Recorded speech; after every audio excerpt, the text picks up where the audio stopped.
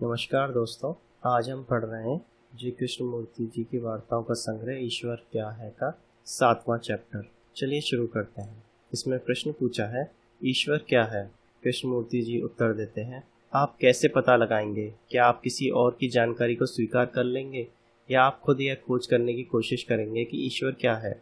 प्रश्न पूछना बहुत सरल है, पर सत्य को अनुभूत करना प्रचुर प्रज्ञा, गहन संवाद तथा खोज की अपेक्षा रखता है। अतः पहला प्रश्न है, ईश्वर के विषय में किसी अन्य ने जो कहा है, क्या आप उसे ही मान लेने वाले हैं? इससे क्या फर्क पड़ता है कि वह कौन है, कृष्ण, बुद्ध या ईसा मसीह? क्योंकि ये सभी गलती पर हो सकते हैं। इसी तरह आपका अपना विशिष्ट गुरु भी गलती पर हो सकता है। सत्य का पता लगाने के लिए, पूछताछ करने के लिए आपका मन अवश्य ही मुक्त होना चाहिए। इसका अर्थ है, या यूं ही विश्वास नहीं कर सकता, स्वीकार नहीं कर सकता। मैं सत्य का वर्णन कर सकता हूँ, पर यह सत्य को स्वयं अनुभव कर लेने के समान नहीं है। सभी पवित्र पुस्तकें ईश्वर का वर्णन करती हैं, पर वह वर्णन ईश्वर नहीं है। ईश्वर शब्द ईश्वर नहीं है, ऐसा ही है ना? सत्य का पता लगाने के लिए आपको उसे कभी स्वीकार नहीं करना चाहिए। जो पुस्तकें, शिक्षक या अन्य व्यक्ति कहते हैं, इस सब से कभी प्रभावित नहीं होना चाहिए। अगर आप इनसे प्रभावित हैं, तब आपको वही पता चलेगा जो वे चाहते हैं कि आपको पता चले। आपको यह भी अवश्य मालूम होना चाहिए कि आपका मानस जो भी चाहता है उसकी प्रतिमा निर्मित कर सकता है। यह दाढ़ी वाले या एकाक्षी ईश्वर की कल्पना कर सकता है। यह उसे नीला या बैंगनी रंग का बना सकता है। अतः आपको अपनी इच्छाओं के प्रति सजग होना है और अपनी ही इच्छाओं और आकांक्षाओं के प्रक्षेपणों के छलावे में नहीं आना है। अगर आपकी आकांक्षा ईश्वर को किसी विशिष्ट रूप में देखने की है, तो जो प्रतिमा आप देखेंगे वह आपकी ही अभिलाषा के अनुरूप होगी।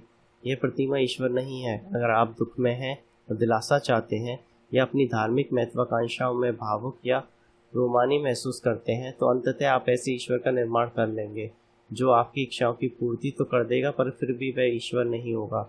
आपका मानस पूरी तरह से स्वतंत्र होना चाहिए। केवल तभी आप सत्य का पता लगा सकते हैं, ना कि किसी अंधविश्वास को स्वीकार करके या तथाकथित पवित्र पुस्तकों को पढ़कर या किसी गुरु के पीछे जाकर। जब तक स्वातंत्र्य होता है, बाह्य प्रभावों तथा आपकी अपनी इच्छाओं व आकांक्षाओं से वास्तविक मुक्ति होती है, ताकि आपका मन बिल्कुल स्पष्ट हो।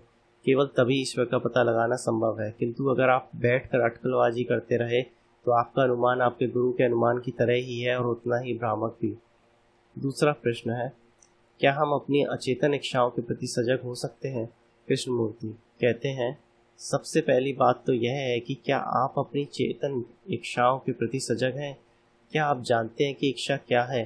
क्या आप इसके प्रति सजग हैं कि यदि कोई आपके विश्वास के विरुद्ध कुछ कह रहा हो, तो प्राय आप उसे नहीं सुनते हैं। आपकी इच्छा आपको सुनने से रोकती है। आपकी कामना ईश्वर को पाने की है, और कोई यह संकेत करता है कि जिस ईश्वर की आप कामना कर रहे हैं वह आप ही की कुंठा और भय का परिणाम है।